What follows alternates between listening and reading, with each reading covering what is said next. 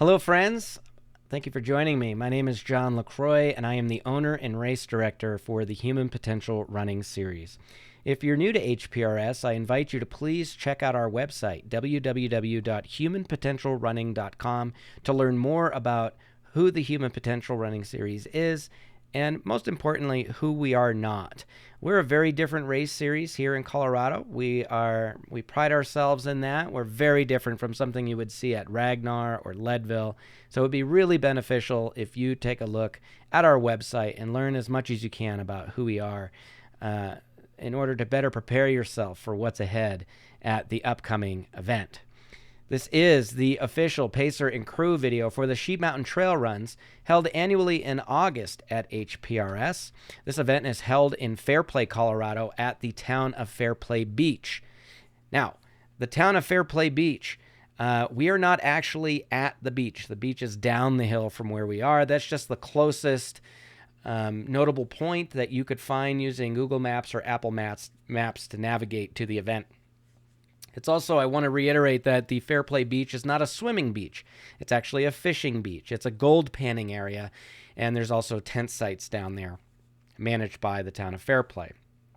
So don't bring your bathing suit thinking you're going to have a day in the water with your kiddos. That's not what this beach is. In a little bit, I'll show you a map of the start-finish area so you know exactly where near the town of Fairplay Beach we're actually going to be.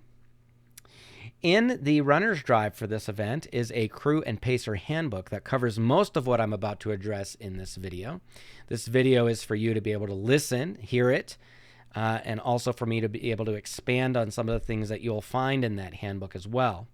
I thank you in advance for following everything outlined in this video and in that handbook. The runner's drive is something that is given to all of the runners. It is accessible via our race website. Some notable things that I want you to check out as a crew, pacer, and a participant in this event would be the participant manual. This manual has everything that you need, including where the race is, history of the event, our event schedule, parking logistics at the start-finish line, some of our rules, responsibilities of the runner, and then our rules summary for the entirety of the event. A very important document for you all to check out. Also, as promised, is the Crew and Pacer Handbook. Again, most of what I'm going to cover in this meeting is also detailed in here. Rules for both pacers and crews, but most importantly, crew directions. This tells you how to get to every one of the aid stations in order. The directions are really simple. And by in order, I mean here are the directions to get you from the start-finish line to the first place that you're allowed to crew your runner, which is Round Hill. And then, of course, from Round Hill, getting to pasture, which is the next spot. If you're a pacer, pasture is where you can jump in, as well as horseshoe number 2. So these directions will also apply to you, but they may not be in the order of where you'll be coming from, to note. Also, I want to point out the runner navigation document. This is mostly for runners to be able to self-navigate the course using their phones or GPS technology. But further down in this document, I want to point out that there is a section on live tracking. And what this covers is how you can live track your runner using the technology that you both have in the palm of your hands. That's right. That's using your smartphones to be able to live track your runner out on the course. That's discussed here, and we'll go over that in some detail here throughout this meeting. For now, let's jump in talking about pacers. In the sport of trail and ultramarathon running, it is a standard practice that pacers are not allowed for distances shorter than 50 miles in length. Therefore, pacers are not permitted for runners in the half marathon or 50K. For this event, runners in the 50-mile may have a pacer over the last 15.3 miles of their run. Anyone aged 65 years or older may have a pacer at any time, regardless of their distance.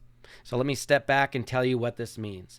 It means that if you're of the age of 65 years or older, you are allowed to have a pacer for the entirety of the half marathon, the 50K, and the 50-mile run. And only runners who are age 65 years or older are permitted to have that companion throughout the duration of their run. Now, if you're under the age of 65, only 50-mile runners are allowed to have a pacer. That means if you're younger than 65 years of age and you're in the half marathon or the 50K, you are not allowed to have a pacer. If you are in the 50-mile race and under the age of 65, you're allowed to have a pacer, and they're allowed to jump in with you at 2 very specific locations, and I'm going to go over that now. 50-mile runners may pick up a pacer at the pasture aid station. That is at mile 36.7.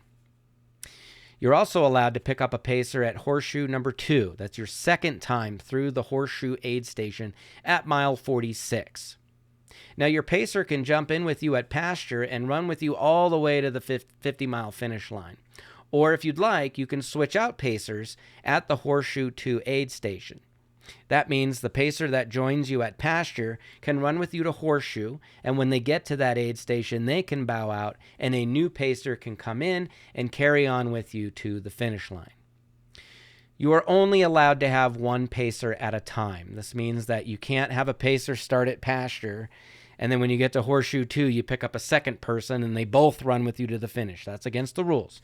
You can only have one pacer at a time. Please also note that there is no place for your pacer to bail if they can't make it. No matter what, you and your pacer will need to proceed to the next aid station on foot, so choose your pacer wisely. All pacers are required to sign a waiver and acquire a pacer bib, which must be worn at all times while on the course. This waiver and bib can be acquired at race check-in, at the pasture aid station, and at horseshoe number 2. Pacers are more than welcome to help themselves to aid station fare.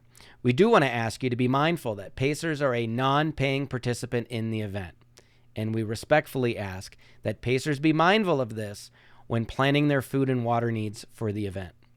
Now, this is not to say that pacers can't use aid station fluids and food. Of course you can. It is to say that we'd appreciate it if most of the food and drink is primarily available to those who paid for it. We're not the first race series to ever implement this rule in trail and ultramarathon running. We're just another that are trying to extend to you that, hey, our entry fees are below the industry average and we'd like to keep them that way. And one of the ways that we keep our fees so low is by asking you to please help us out by making sure we don't have to buy even more food. It's actually the biggest expense that we have for any of our events is food and drink. So again, if you don't mind, you bring as much as you need to take care of yourself. That's great. But of course, you're more than welcome to help yourself to all of the aid station fare. No muling. Muling is the act of having your pacer carry any of your gear or carrying extra food and drink for you. It is widely accepted across our sport that muling is illegal and grounds for disqualification. The race is against you and the mountain, not you and the mountain and whatever you can pawn off on someone else carrying for you. As a participant in the event, you must plan to carry all of your own gear and sustenance for the duration.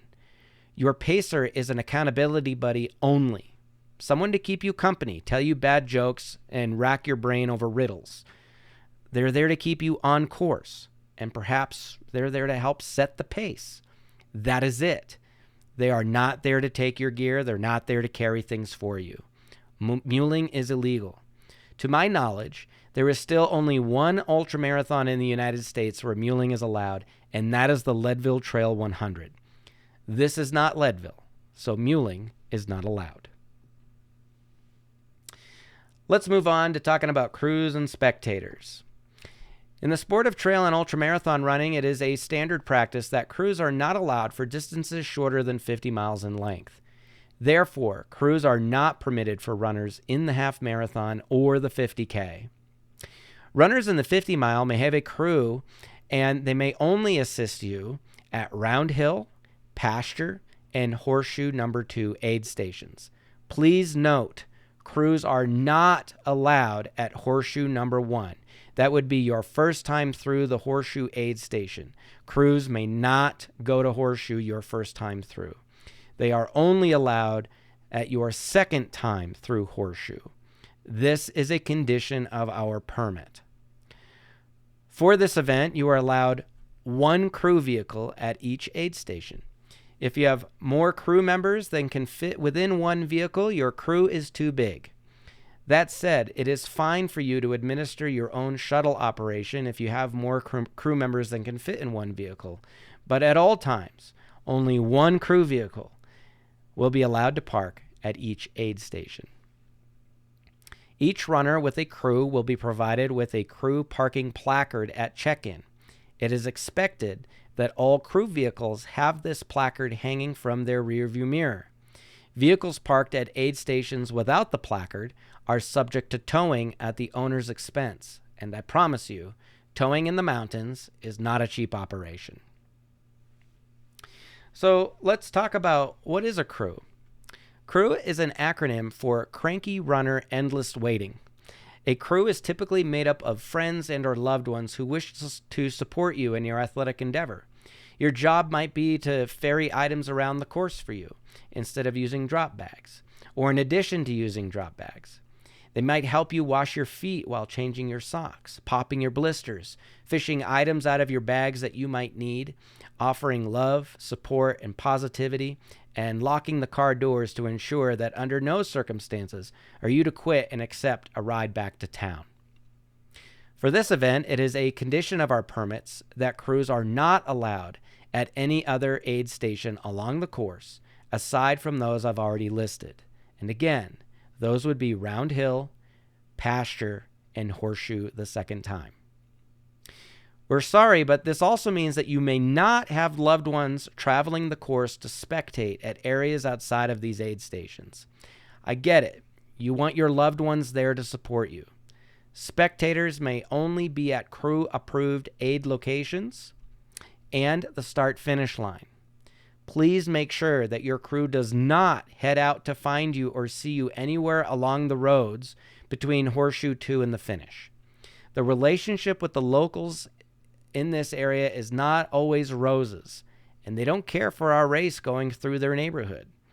Adding spectators and other vehicles on the route only damages our relationship with the locals. Any runner who has crew and or spectators along the roads comprising the final 6 miles of the race will be disqualified.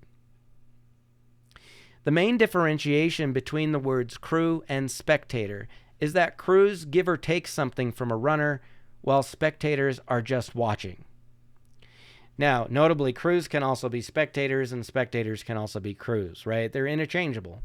But our permits specify where we may have crews or spectators access the course. Our permits specify how many crews and vehicles we are allowed within those specified areas. Unfortunately, any deviation from what is allowed in our permits is ground for immediate runner disqualification. Why? Because you put our permits in jeopardy. That said, all crews and spectators are considered an extension of the runner. It is imperative that the runner instruct their crews to know exactly where they can and cannot go, and what they can and cannot do.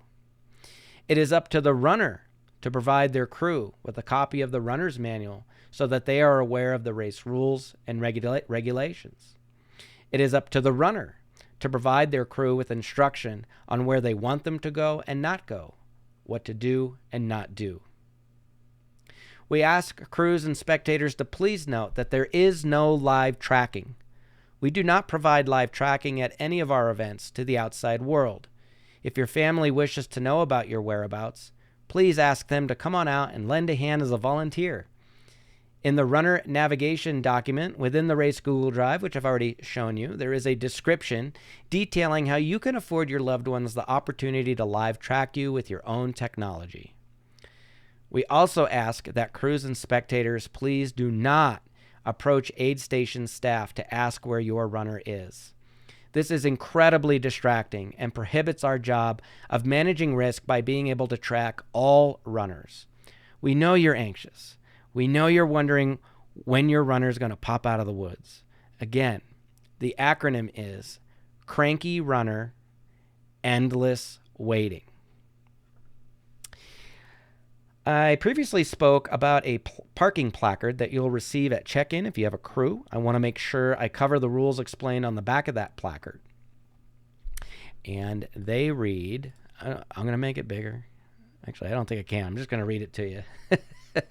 So the placard says this: crews, pacers, and spectators are all an extension of the runner. It is imperative that you follow the below guidelines, as well as all other HPRS policies, while in attendance at this event. Failure to comply may result in the disqualification of your runner. Crews and spectators are allowed at designated locations only. Should you be found in an unauthorized area, your runner will be disqualified. You are required to obey all local traffic laws. Slow down. We must all do our part in respecting our neighbors by not kicking up too much dust and proceeding quietly. All aid stations have quiet hours from 9 p.m. to 8 a.m. During this time, we must keep noise to a minimum. No stereos, no cheering or yelling, or noisemakers of any kind. And at Sheep Mountain, we really don't have crews at any of these stations between those hours. The use of cowbells is strictly prohibited at any time or place. No cowbells. You are required to follow the direction of all HPRS volunteers, staff, and race directors at all times. No dogs. Dogs are prohibited from all HPRS events. Do not approach staff or volunteers to ask about your runner's whereabouts, check-in times at other stations, or if the runner has already come through. CREW is an acronym for Cranky Runner Endless Waiting. Do the endless waiting part patiently. Arrive early to ensure that you don't miss them. Only runners and volunteers are allowed in the aid station proper. Please keep your children under control at all times. Park only in designated areas and as directed. Each runner is allowed one CREW vehicle at each aid station. This placard must be displayed in the CREW vehicle. Vehicles without this placard will be towed at the owner's expense. Many of the above guidelines are a condition of our permits, issued to us by various land managers and owners. Failure to comply with the above guidelines puts the future of this and other HPRS events in jeopardy. Your compliance is greatly appreciated. Again, I want to review the no cowbell rule. Also, no Will Ferrell, no Christopher Walken. Of these two, I would prefer Christopher Walken. I'll say that. Friends, a lot of these aid stations that we have are close to some mountain residences. And I want to impress upon you that a lot of the folks who have built a home or a cabin in these mountain settings did so because they want some peace and quiet. It's already a stretch for us to be asking to pass through their neighborhood for a race, and they find that the race itself, even without cowbells, is already a nuisance. It's already more dust and noise than they care to contend with, even for 1 out of 365 days out of the year. So we have this rule to be respectful of our neighbors and to not generate even more noise that would be an incredible annoyance to them when we're already annoying them. So please, no cowbells. We're going to ask you that. There are some other noise makers, like those little hand clacker things. They're like plastic hands that clap back and forth. Those are cool. I welcome you to bring those. You could also bring those little drums that you rub your hands like this and the little thing go back and forth. Anything's better than a cowbell. No cowbells, please. Also, I have to reiterate this rule. No dogs. I know that dogs are your children to some of you, but they are not children. Dogs are unpredictable. Dog owners are unpredictable. They just are, they pose an incredible risk and liability at our event, and we do not allow dogs. And to make this point clear, this was at Endure 2024. Here's Doggy literally reading the no dog sign. This is not a public road that we're on. This is a campground road that we've rented for this event. And in order for this dog to be here, they've already passed another one of our no dog signs. So that this is the second sign that they were seeing without a dog. And again, I just want to point out that if your loved ones, your family, your spectators, your crews, your pacers, if any of those folks bring a dog, the runner is who gets disqualified. And I'm not going to explain to the runner while they're disqualified. I'm going to let their crew or pacer do it for me. So please, no dogs. Thank you so very much. So let's head on over to the map. I just want to show you a couple more things, especially where you folks should be parking when you get to these aid stations. So the first things first, I want to show you folks here. This is the town of Fairplay.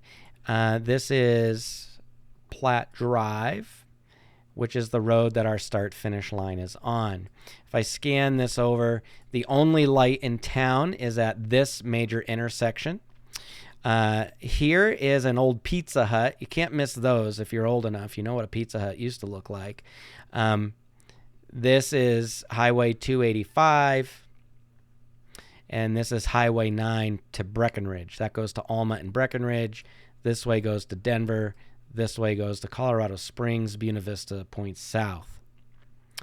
So, again, looking at our map here, you can see Google Maps shows us where the town of Fairplay Beach is. That is not where our start-finish line is. Actually, our start-finish line is, here's our main parking lot. There's a way in right here. There'll be a sign there to direct you. And then we have our start-finish line down here. And there will also be 2 porta potties at that area as well. So this is our start-finish location. Everybody should park inside this giant gravel parking lot. And the only way to get into that lot is this direction. Please do not come into this lot from this direction. Our start-finish line is in the way. We do not want you driving in from this direction. Please only go in from this direction down here. The first place crews can go is the Round Hill Aid Station locale. That is way down here in the south. So as you can see, this is a county road. And what I would like to ask you all to do when you drive into this location is to drive past the aid station. Actually, let me move this map for you. There's another road down here. You see that? It says FR 458. That's Forest Road 458. What I'd like you to do is drive past the aid station, continue down, and turn around here. So you're going to turn around at Forest Road 458. Again, I'll show you. Here's our aid station. You're going to drive past it, turn around at that road, and then you're going to come back this way, and now I'll show you where to park. You're going to park on the right-hand side of this road facing out. So I want your vehicles to be facing out. The course that your runners will follow, they come from this direction, and then they will turn and head up that hill. So again, I would like you to park all of your vehicles on the east side of the aid station proper, on the right-hand shoulder of the road facing out. And again, let me zoom out. Everybody's going to be coming to this aid station from US 285, which is, again, here's 285. That's the way south. This is north. At 285, you come in. The aid station's here. It's quite a drive down that road. It is a dirt road. There's some washboarding. Generally, that road tends to be in pretty good shape, actually. But what I would like you to do is you come in, I want you to drive past the aid station and turn around at that Forest Road 458. And then just past the aid station, you'll park on the right-hand side of the road facing out. Okay? After you leave Round Hill, the next place that you're going to head to is Pasture. Now, I want to point this out because, again, you will turn off of US 285 and you're going to take a left and head down this road. And then this road, you're going to see a sign here. I detail all of this in your directions. You're going to see a sign that points to Browns Pass to the right. You're going to want to take that right.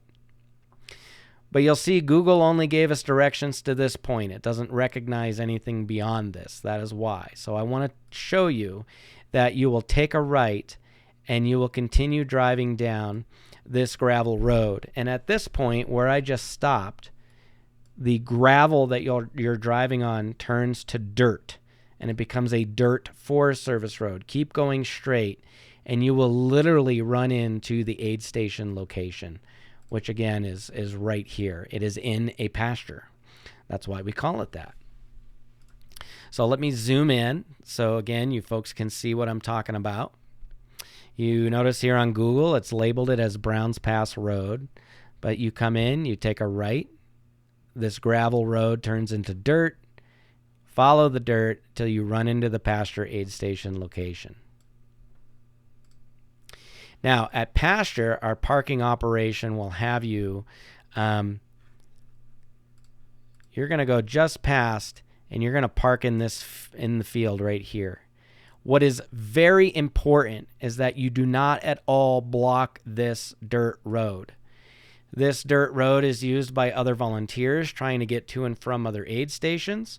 It's also used by other road and trail users out in the National Forest. We get a lot of ATVs and side-by-sides that travel through this area on race day. We cannot block that road. So I want you folks to please very carefully park your vehicles in this grassy area. And what you should do is when you arrive, you come in and then park the nose of your car like this. Okay, this is how we're going to park everybody in this lot. And when you're done, you will back out and then drive away heading in that direction. Okay, so that's how pasture aid station works. Again, this is a spot where you can pick up a pacer. Your pacers are more than welcome to park and leave their car here.